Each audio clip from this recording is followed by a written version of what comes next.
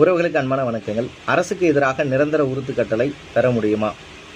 இது சம்பந்தமாக மதுரை உயர்நீதிமன்றம் 12/7/2021 ஒரு வழக்கில் தீர்ப்பளிச்சிருக்கிறாங்க. அதில் நீதியரசர் என்ன குறிப்பிட்டிருக்கிறாரு என்று பார்க்கும் பொழுது, யார் வழக்கை தாக்கல் செய்கிறாரோ அந்த வாதிக்கு சொத்து பாத்தியப்பட்டதாக இருந்து அது சம்பந்தமான ஆவணங்கள் அந்த வாதிக்கு ஆதரவாக இருந்து பிரதிவாதி எந்தவித ஆவணமும் இல்லாமல் அந்த வாதியினுடைய சொத்து அனுபவத்திற்கு இடங்கள் செய்தால் அந்த பிரதிவாதியானவர் அரசாக இருந்தாலும் கூட வாதிக்கு ஆதரவாக நிரந்தர உறுத்து கட்டளை வழங்கலாம் என்று ஸ்பெசிஃபிக் ரிலீஃப் ஆக்டில் செக்ஷன் 38 குறிப்பிட்டிருக்கு.